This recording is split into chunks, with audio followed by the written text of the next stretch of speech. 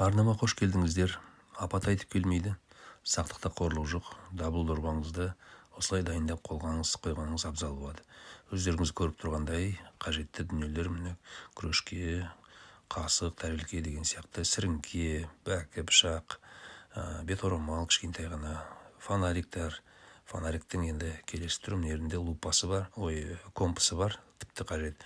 Мына жерде майшам, медикаменттер түрлі.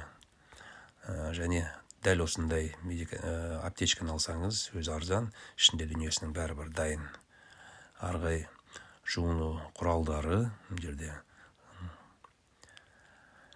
орамалыңыз, сабыныңыз, енді аяқ киім күтіміне арналған дүниелер, бұйымдар.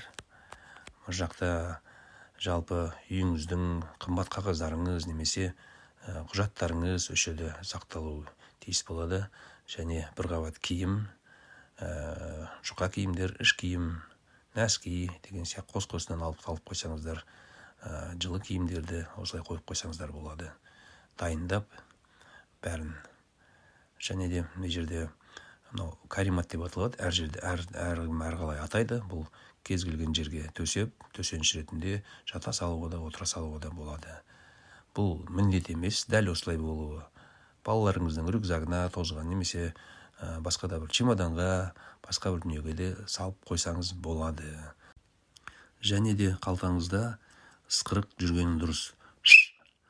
Осының бәрін жиыстырып, кіреберіске босағаға іліп қойсаңыз, сіз дайынсыз.